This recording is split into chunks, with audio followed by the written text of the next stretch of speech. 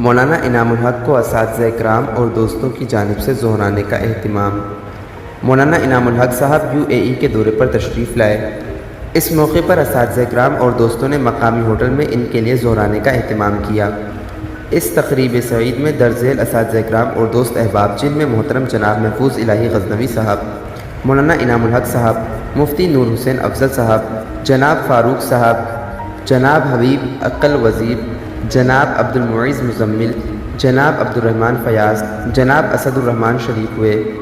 इस बेहतरीन महफ़िल को सजाने वाले असातिज़ा इकराम और दोस्तों को अल्लाह ताला जज़ाए खैर अता फ़रमाए, आमीन।